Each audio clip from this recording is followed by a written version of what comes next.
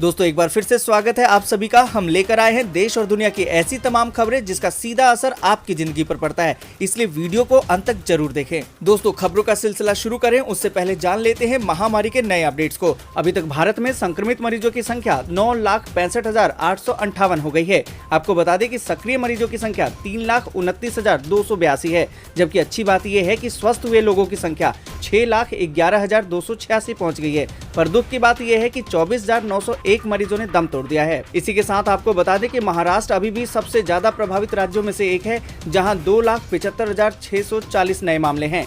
आपको बता दें कि तमिलनाडु अभी भी दूसरे नंबर पर बना हुआ है, जहां पर 1,51,820 केस आए हुए हैं। दिल्ली तीसरे नंबर पर है, जहां पर 1,16,993 हैं। वहीं कर्नाटक चौथे नंबर पर बना है, जहां पर 47,253 मामले हैं। दोस्तों इसी के साथ बढ़ते हैं आज की पहली और बड़ी खबर की तरफ। आज की पहली और बड़ी खबर जो निकल कर आ रही कि पीएम मोदी बोले, यूरोपीय संघ से हमारी साझेदारी विश्व की शांति और स्थिरता के लिए महत्वपूर्ण।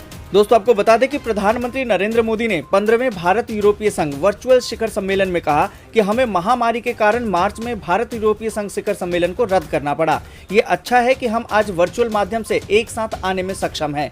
उन्होंने कहा कि सबसे पहले मैं यूरोप में महामारी के कारण हुई क्षति के लिए संवेदना प्रकट करता हूं। आपके शुरुआती रिमार्क्स के लिए धन्यवाद। आपकी तरह मैं भी भारत और ईयू के संबंधों को और विस्तृत और गहरा बनाने के लिए प्रतिबद्ध हूं। इसके लिए हमें एक दीर्घकालीन रणनीति उद्देश्यों को अपनाना चाहिए। इसके साथ साथ एक कार्रवाई उन्मुख एजेंडा बनाना चाहिए जिसे निर्धारित समय सीमा में कार्यान्वित किया जा सके। दोस्तों आपको बता दें कि पीएम मोदी ने कहा कि भारत और यूरोपीय संघ प्राकृतिक साझेदार हैं। हमारी साझेदारी विश्व की शांति और स्थिरता के लिए महत्वपूर्ण है। यह वास्तविकता आज वैश्विक स्थिति में और भी स्पष्ट हो गई है। और दोस्तों इसी के साथ वीडियो को लाइक और शेयर जरूर कीजिएगा, क्योंकि आपका एक छोटा सा लाइक हमारी मेहनत का फल होता है। और इसी के साथ बढ़ते हैं अगली बड़ी खबर की तरफ। अगली बड़ी खबर जो निकल कर आ रही है कि राजस्थान में चरम पर है सियासी रार, फिर भी कांग्रेस क्यों नहीं छोड़ना चाहते हैं सचिन पायलट। दोस्तों आपको बता दें कि राजस्थान का सियासी संकट अभी थमा नहीं है। राहुल गांधी ने सचिन पायलट को अपना संदेश भेजा है। राहुल गांधी ने यहां तक कहा कि उनके लिए कांग्रेस पार्टी के दरवाजे हमेशा खुले हैं। अब ऐसे में सवाल उठता है कि आखिर सचिन पायलट कांग्रेस क्यों नहीं छोड़ना चाहते। दोस्तों आपको बता दें कि सचिन पायलट कांग्रेस पार्टी नहीं छोड़ सकते, क्योंकि कांग्रेस छोड़ते ही उनकी सदस्यता चली जाएगी और बहुत सारे विधायक दोबारा चुनाव नहीं लड़ना चाहते। आपको बता दें कि सचिन पायलट के पास गहलोत सरकार गिराने लायक नंबर नहीं है। ऐसे में अगर वह कांग्रेस से अलग होते हैं तो सरकार गिराने का संकट उत्पन्न नहीं होगा। सचिन पायलट के साथ बहुत सारे विधायक बीजेपी में नहीं जाना चाहते, क्योंकि स्थानीय समीकरण उनके मुफीद नहीं बनते। बहुत सारे बुजुर्ग विधायक हैं, जैसे दीपेंद्र सिंह शेखावत, भंवरलाल शर्मा, हेमाराम चौधरी। ये लोग आखिरी चुनाव लड़े हैं और अपने बेटों को विरासत सौंपना चाहते हैं, मगर बीजेपी में जाने के बाद बेटों को विरासत नहीं मिलेगी। आपको बता दें कि सचिन पायलट के बहुत सारे साथी जो अशोक गहलोत के साथ हैं, वह कह रहे हैं कि अगर आप कांग्रेस में रहकर संघर्ष करेंगे तो हम आपके साथ हैं। आपको बता दें कि राजस्थान के सियासी संग्राम में अशोक गहलोत ने सीधे सचिन पायलट पर विधायकों की खरीद फरोख्त कर सरकार गिराने का आरोप लगाया था, परंतु हालांकि पायलट अभी तक खुलकर गहलोत पर पलटवार करने से बचते रहे हैं। और इसी के साथ दोस्तों बढ़ते हैं अगली बड़ी खबर की तरफ। अगली बड़ी खबर जो निकल कर आ रही कि राजस्थान में जारी सियासी उठापटक के बीच राहुल गांधी बोले, जिसे जाना हो पार्टी से जा सकता है। दोस्तों आपको बता दें कि राजस्थान में चल रही सियासी उठापटक के बीच कांग्रेस के पूर्व अध्यक्ष राहुल गांधी ने बुधवार को बड़ा बयान दिया। आपको बता दें कि सचिन पायलट का नाम लिए बिना ही उन्होंने कहा कि जो जाना चाहता है जा सकता है। इससे आप जैसे युवा नेताओं के लिए पार्टी के अंदर नए मौके के दरवाजे खुलेंगे। राहुल के इस बयान को सचिन पायलट से जोड़कर देखा जा रहा है, जिन्हें पार्टी ने राजस्थान के उप मुख्यमंत्री और प्रदेश कांग्रेस अध्यक्ष पद से हटा दिया है और उनके साथ 19 पार्टी विधायकों को विधानसभा के अयोग्य घोषित कराने की तैयारी कर रही है। दोस्तों आपको बता दें कि उधर उप मुख्यमंत्री और प्रदेश कांग्रेस अध्यक्ष पद से हटाए जाने के बाद सचिन पायलट ने बुधवार को कहा कि वे भाजपा में शामिल नहीं हो रहे। उन्होंने यह भी कहा कि राजस्थान में कुछ नेता उनके भाजपा में जाने की अफवाहों को हवा दे रहे हैं, ताकि उनकी छवि धूमिल की जा सके। दोस्तों आपको बता दें कि पायलट ने कहा कि मैंने कांग्रेस को राजस्थान की सत्ता में वापस लाने और भाजपा को हराने के लिए बहुत मेहनत की है। ये पूछे जाने पर कि क्या वे भाजपा में शामिल हो रहे हैं, तो उन्होंने कहा कि मैं भाजपा में शामिल नहीं हो रहा हूँ। हालांकि पायलट ने अपनी भावी रणनीति के बारे में जानकारी नहीं दी। दोनों प्रमुख पदों से हटाए जाने के बाद पायलट ने पहली बार सार्वजनिक रूप से इतनी विस्तृत टिप्पणी की है। और इसी के साथ दोस्तों बढ़ते हैं अगली बड़ी खबर की तरफ। अगली बड़ी खबर जो निकल कर आ रही कि इस राज्य में प्लाज्मा डोनर को सरकार की ओर से दिए जाएंगे 5,000 रुपए। दोस्तों आपको बता दें कि कर्नाटक सरकार ने प्रत्येक प्लाज्मा दानकर्ताओं को प्रशंसा राशि के रूप में 5,000 रुपए देने का ऐलान किया है। राज्य के चिकित्सा शिक्षा मंत्री डॉक्टर के सुधाकर ने इसकी जानकारी दी है। आपको बता दें कि प्लाज्मा थेरेपी की शुरुआत दिल्ली में हुई थी। यहीं पर पहला प्लाज्मा डोनर हॉस्पिटल भी बनाया गया। हालांकि दिल्ली सरकार ने प्लाज्मा डोनर को किसी तरह की नगद राशि नहीं दी है। इसके अलावा भी कई राज्यों में प्लाज्मा थेरेपी को मंजूरी मिल गई है। आपको बता दें कि कर्नाटक पहला ऐसा राज्य होगा जहां प्लाज्मा डोनर को 5,000 रुपए देने का ऐलान किया गया है। दोस्तों, आपको बता दें कि महामारी के गंभीर मरीजों पर प्लाज्मा थेरेपी काफी कारगर सिद्ध हो रही है। इसीलिए प्लाज्मा डोनेशन को प्रोत्साहित करने के लिए सरकार ने नकद राशि का ऐलान किया है। और इसी के साथ दोस्तों बढ़ते हैं अगली बड़ी खबर की तरफ। अगली बड़ी खबर जो निकल कर आ रही है कि गोवा में आज से 10 अगस्त तक लागू हुआ जनता कर्फ्यू, उल्लंघन करने वालों के खिलाफ होगी कार्रवाई। दोस्तों, आपको बता दें कि गोवा में महामारी के बढ़ते मामलों के मद्देनजर मुख्यमंत्री प्रमोद सावंत ने बुधवार से शुरू होने वाले वीकेंड में गैर आवश्यक सार्वजनिक आंदोलन को बंद करने के अलावा बुधवार रात 15 जुलाई से 10 अगस्त तक राज्य में कर्फ्यू की घोषणा कर दी है। उन्होंने चेतावनी देते हुए कहा कि नियमों का उल्लंघन करने वालों को जेल भेजा जाएगा। सावंत ने कहा कि लोगों को शारीरिक दूरी के मापदंडों को जारी रखना होगा। जनता कर्फ्यू आवश्यक सेवाओं के अपवाद के साथ प्रतिदिन 8 बजे से सुबह 6 बजे तक चलेगा। रात में काम, उद्योगों में काम करने वाले लोग और मेडिकल आपात स्थिति में जिनकी शिफ्ट है वह आ या जा सकते हैं। दोस्तों, आपको बता दें कि सावंत ने कहा कि ऐसा लगता है कि लोग केवल कानून की भाषा को समझते हैं। उन्होंने कहा कि 10 अगस्त तक कर्फ्यू लागू रहेगा और उल्लंघन करने वालों को कैद में रखा जाएगा। और इसी के साथ दोस्तों बढ़ते हैं अगली बड़ी खबर की तरफ। अगली बड़ी खबर जो निकल कर आ रही है, खुशखबरी, देश की दूसरी स्वदेशी महामारी वैक्सीन का इंसानों पर परीक्षण शुरू। दोस्तों, आपको बता दें कि भारत में महामारी वैक्सीन को लेकर इन दिनों काफी चर्चा है। भारत सरकार की माने तो अगले महीने के मध्य तक महामारी वैक्सीन आ जाएगी। इसके साथ ही देश में महामारी के अंत की शुरुआत हो जाएगी। इस बीच देश के लिए एक और बड़ी खबर आई है। भारत की पहली महामारी वैक्सीन कोवैक्सीन के बाद अब देश की दूसरी महामारी वैक्सीन के मानव परीक्षण की शुरुआत हो गई है। आपको बता दें कि भारतीय दवा कंपनी जाइडस कैडिला ने बुधवार को बताया कि उसने एक संभावित महामारी वैक्सीन के लिए मानव परीक्षण शुरू कर दिया है। इस बीच महामारी संक्रमण दुनिया के तीसरे सबसे ज्यादा प्रभावित देश में तेजी से बढ़ रहा है। जाइडस कैडिला ने कहा कि प्लाज्मिड डीएनए वैक्सीन सुरक्षित माना गया है। इसके पहले इस महामारी वैक्सीन के क्लिनिकल ट्रायल में प्रतिरक्षा और इम्यूनिटी टेस्ट के अच्छे परिणाम सामने आए हैं। अपने मानव परीक्षणों में जाइडस कैडिला 1000 से अधिक लोगों को शामिल करेगा। इसके लिए भारत में कई तरह के क्लिनिकल रिसर्च सेंटर स्थापित किए गए हैं। दोस्तों, उम्मीद है कि जल्द ही ये वैक्सीन आम लोगों की पहुंच में आ जाएगा। इस पूरी खबर पर आप क्या सोचते हैं, कमेंट करके जरूर बताएं। और दोस्तों, इसी के साथ बढ़ते हैं अगली बड़ी खबर की तरफ। अगली बड़ी खबर जो निकल कर आ रही है कि महामारी संक्रमण से दम तोड़ने वाले का अंतिम संस्कार करने पर मिलेंगे 15,000 रुपए। दोस्तों, आपको बता दें कि महामारी संक्रमण के कारण दम तोड़ने वाले के अंतिम संस्कार को लेकर भी राज्य सरकारों को काफी मुश्किलों का सामना करना पड़ रहा है। ऐसे में आंध्र प्रदेश सरकार ने महामारी से दम तोड़ने वालों के अंतिम संस्कार के लिए 15,000 रुपए की राशि देने का निर्णय किया है। ये राशि अगर परिवार अंतिम संस्कार करता है तो उनको मिलेगी। अंतिम संस्कार करने वाले नगर निगम या पंचायत कर्मचारी को भी दी जा सकती है। आपको बता दें कि आंध्र प्रदेश के स्वास्थ्य और परिवार कल्याण आयुक्त काटामानेनी भास्कर ने बताया कि महामारी संक्रमण से दम तोड़ने वाले शख्स का जो भी अंतिम संस्कार करता है उसे सरकार की ओर से 15,000 रुपए की राशि दी जाएगी। दोस्तों, आपको बता दें कि आंध्र प्रदेश से लगातार महामारी संक्रमण से दम तोड़ने वालों के शवों के साथ बदसलूकी के मामले सामने आ रहे हैं। यही वजह है कि सरकार को इस तरह का कदम उठाना पड़ा है। और इसी के साथ दोस्तों बढ़ते अगली बड़ी खबर की तरफ। अगली बड़ी खबर जो निकल कर आ रही है कि महामारी पॉलिसी धारकों के मुफ्त इलाज से किया इनकार तो होगी कार्रवाई, सख्त हुआ IRDA। दोस्तों, आपको बता दें कि बीमा नियामक और विकास प्राधिकरण यानी कि IRDA ने सख्ती बरतते हुए बीमा कंपनियों को वैसे अस्पतालों के खिलाफ कार्रवाई करने को कहा है जो पॉलिसी धारक को महामारी मरीजों के कैशलेस इलाज की सुविधा से इनकार कर रहे हैं। दोस्तों, आपको बता दें कि IRDA ने सभी स्वास्थ्य बीमा कंपनियों से अनिवार्य रूप से उपभोक्ताओं के लिए एक स्टैंडर्ड व्यक्तिगत महामारी हेल्थ इंश्योरेंस प्लान लाने को कहा है जो केवल महामारी के लिए ही होगा। ये संक्रमण से संबंधित लोगों के स्वास्थ्य बीमा आवश्यकताओं को पूरा करेगा और अन्य किसी बीमारी का इससे कोई लेना देना नहीं होगा।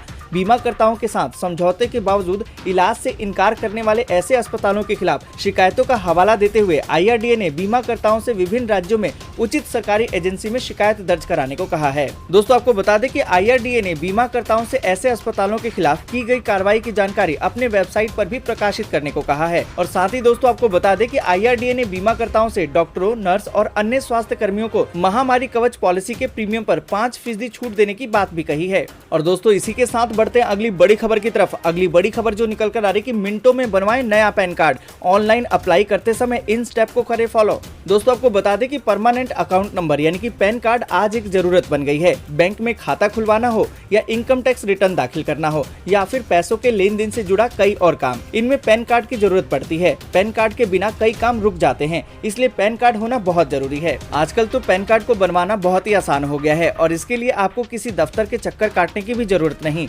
घर बैठे ही ऑनलाइन अप्लाई कर सकते हैं और आसानी से बहुत जल्दी ही पैन कार्ड बनवाया जा सकता है। आपको बता दें कि वित्त मंत्री ने पैन कार्ड के लिए इंस्टेंट अलॉटमेंट सर्विस शुरू करने का ऐलान किया था। इस सर्विस के आधार पर इनकम टैक्स विभाग ने ई पैन तुरंत जारी करना शुरू कर दिया है। आपको बता दें कि इनकम टैक्स की ऑफिशियल वेबसाइट पर जाकर कोई भी ई पैन ले सकता है। इसमें आपको सिर्फ 2 नंबर भरने होते हैं और ई पैन कुछ ही मिनटों में जारी हो जाता है। दोस्तों आपको बता दें कि सबसे पहले आपको आयकर विभाग की वेबसाइट पर जाना होगा। अब वहां आपको एक लिंक इंस्टेंट पैन थ्रू आधार न्यू दिखाई देगा। इस लिंक पर क्लिक करें और क्लिक करने के बाद आपके सामने 2 ऑप्शन खुलेंगे। पहला ऑप्शन होगा गेट न्यू पैन और दूसरा चेक स्टेटस या फिर डाउनलोड पैन। यहाँ आपको अपना आधार संख्या देना होगा। जैसे ही आप आधार नंबर अपलोड करेंगे, आपके पास आपके रजिस्टर्ड मोबाइल नंबर पर OTP आएगा। इस OTP नंबर से आधार की जानकारियों का वेरिफिकेशन होगा। वेरिफिकेशन के फौरन बाद ई पैन जारी हो जाएगा। आप अपना ई पैन डाउनलोड कर सकते हैं और ये ई पैन आपके रजिस्टर्ड ईमेल पर भी भेज दिया जाएगा। दोस्तों अगर आपका अभी तक पैन कार्ड नहीं बना है या पैन कार्ड खो गया है तो आप इस प्रोसेस के थ्रू अपना ई पैन कार्ड जारी करवा सकते हैं। और इसी के साथ दोस्तों बढ़ते हैं अगली बड़ी खबर की तरफ। अगली बड़ी खबर जो निकल कर आ रही है कि एयर इंडिया के कर्मचारियों को झटका, कंपनी बिना वेतन के 5 साल की छुट्टी पर भेजेगी। दोस्तों आपको बता दें कि लॉकडाउन की मार सबसे ज्यादा एयरलाइंस कंपनियों पर पड़ी है। आर्थिक संकट से जूझ रही कंपनियां खर्च कम करने के लिए नए तरीके ढूंढ रही हैं। अब एयर इंडिया ने कर्मचारियों की संख्या कम करने का प्लान बनाया है। इस प्लान के तहत कर्मचारी बिना वेतन के लंबी छुट्टी पर जा सकते हैं। इसे लीव विदाउट पे कहा जाता है। यह छुट्टी 6 महीने से लेकर 5 साल तक की हो सकती है। दोस्तों आपको बता दें कि कंपनी के चेयरमैन और मैनेजिंग डायरेक्टर राजीव बंसल को अधिकार दिया गया है कि वह अपने कुछ कर्मचारियों को अनिवार्य रूप से बिना वेतन के 6 महीने से लेकर 5 साल तक की छुट्टी पर भेज सकते हैं। कर्मचारियों की उनकी दक्षता, क्षमता, प्रदर्शन की गुणवत्ता, कर्मचारियों का स्वास्थ्य आदि के आधार पर चयन किया जाएगा कि किन्हें छुट्टी पर भेजा जाए। दोस्तों आपको बता दें कि महामारी संकट से निपटने के लिए देश भर में लंबे समय तक लॉकडाउन लागू रहा। इस दौरान राष्ट्रीय और अंतर्राष्ट्रीय उड़ानों पर भी प्रतिबंध रहा। इससे विमानन क्षेत्र काफी प्रभावित हुआ और सभी एयरलाइंस कंपनियां भारी आर्थिक संकट से गुजर रही हैं। और इसी के साथ दोस्तों बढ़ते हैं अगली बड़ी खबर की तरफ। अगली बड़ी खबर जो निकल कर आ रही है कि जियो और गूगल मिलकर लॉन्च करेंगे अफोर्डेबल 5G स्मार्टफोन। दोस्तों आपको बता दें कि रिलायंस जियो ने अपनी 43वीं वार्षिक आम बैठक यानी कि AGM में 5G स्मार्टफोन को लेकर बड़ी घोषणा की है। कंपनी ने अपने बिजनेस को आगे बढ़ाते हुए दिग्गज टेक कंपनी गूगल के साथ समझौता किया है और समझौते के तहत जियो और गूगल मिलकर भारत में अफोर्डेबल प्राइस का 5G स्मार्टफोन लॉन्च करेंगी। हालांकि जियो ने स्मार्टफोन को लेकर स्पष्ट तौर पर कुछ नहीं कहा, लेकिन मुकेश अंबानी ने इसकी घोषणा की है। आपको बता दें कि जियो और गूगल एंड्रॉइड OS पर काम कर रही है और इससे स्पष्ट होता है कि कंपनी अब भारत में जियो फीचर फोन के बाद